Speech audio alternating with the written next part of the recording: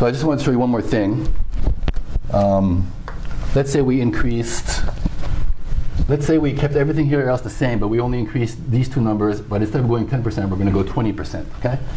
So now, this is going to be 4,800, and this will be 30%. You now have, your new number of customers now 1,440. So if you focus on these two areas, kept everything else the same, you're going to be up to 1,440 customers, which is a 44% increase, I believe, right? Multiplied by 2.2, 110.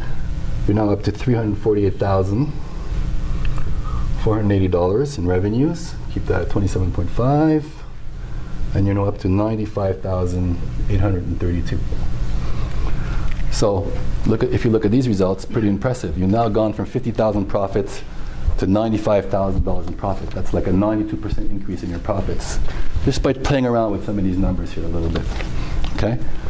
So I guess the point I'm trying to make is that, whoops. The point I'm trying to make is that it's really not, it's really not that difficult. Well, I shouldn't say it's not that difficult, but you don't need to make very big changes in certain of your strategies to increase your profitability. Okay, you just need to focus on the right areas.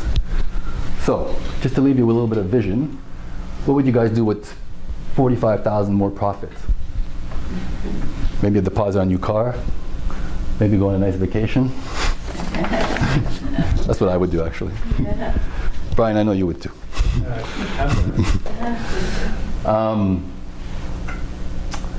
So I guess just to conclude here, I just want to point out one more thing. Is the most important thing you need to remember about this is that you cannot work through this kind of formula if you don't know your numbers. So usually when we go talk to a client, the first thing we're going to do is go through this 5 ways formula and say, tell me how many leads you generated last month. Tell me what your conversion rate is, and understand where their numbers currently are, so that we know what areas we can focus on to increase. All right? Michelle? Yeah. I understand this model, and I think it's a good model.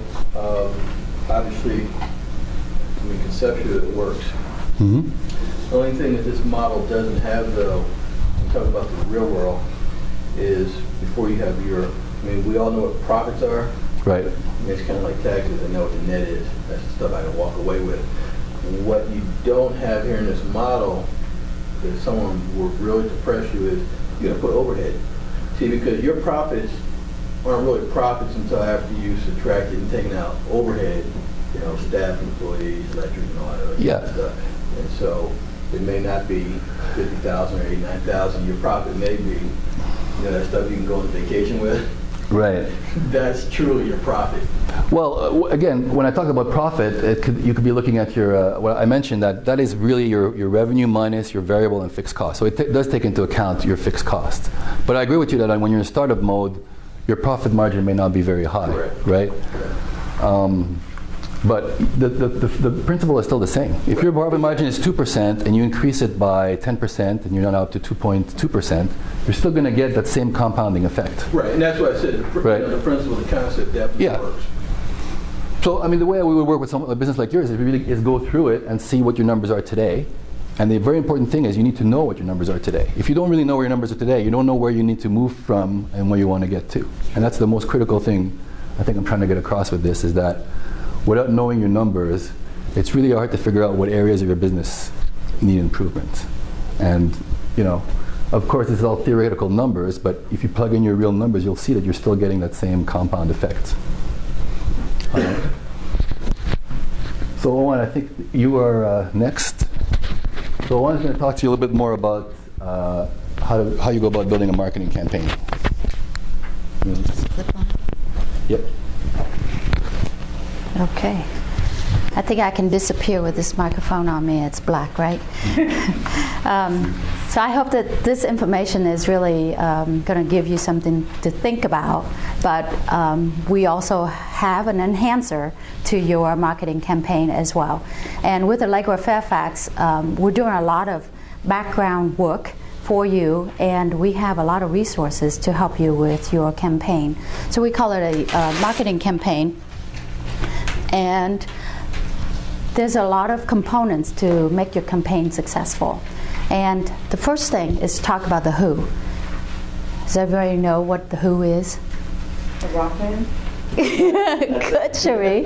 Sharon, what do you think of the who? Well, who is, well, it's like saying who is your audience, but who are you marketing to? Right. You know, that's what you really need to know. Exactly. Right. Who you're going to sell your product to. Right. A lot of people don't think about it. I have an example, like a chiropractor. I asked him, so who do you want to market your service to? And he said, well, anybody, everybody who's got a back. That's who I want to work with. Well, that's not right, not true, because you want to focus on the target of areas of certain age group who may need a chiropractic service, or you are in the area where there's a lot of vehicles on the road. That means there is a greater possibility of accidents, you know, that sort of thing. That's the who. You've got to really target on who you want to market your services to. And it's just, that is your niche. We talk about USP, and if you can get that clear, your next step is really an easy sell. And then the where. The where is also very important. If you are, again, a chiropractor and you're positioning yourself in the who, but you're not in the right location, or you're not segment the market for where you want to sell your services to. Let's say you're in Centerville and you want to sell your service out to Fairfax. Is that a doable thing? Is that a good thing? Is that where you want to bring your services out to? Are the professionals in the Fairfax want to go to Centerville to get your service done? So the where is so important. And I would say your next component here is the what. What people are needing. You got to understand their needs. A lot of times we buy things because we need, not because somebody's selling it to you. So make sure that you identify the needs before you build all this campaign together, and that's what we're here for you. And a few things about the need is, sometimes the need is in a moment of time. So it might only occur during that phase or that sensitive time. For example, would anybody go to a funeral home because they just need to go talk to a funeral home service director? No, there is a need. That's why you're there. So I'm talking about a little bit morbid, but it is true. You don't think of doing that until you have a need. But how do they advertise the need? They got to plan the phase through from the early on set stage and say, you know, we're here and we're servicing your area, and we understand your family structure. You have older parents, you have children, and so on and so forth. Where you're growing up from. There is a planning stage to help identifying the need down the road. So that has to happen. And then you're talking about the why.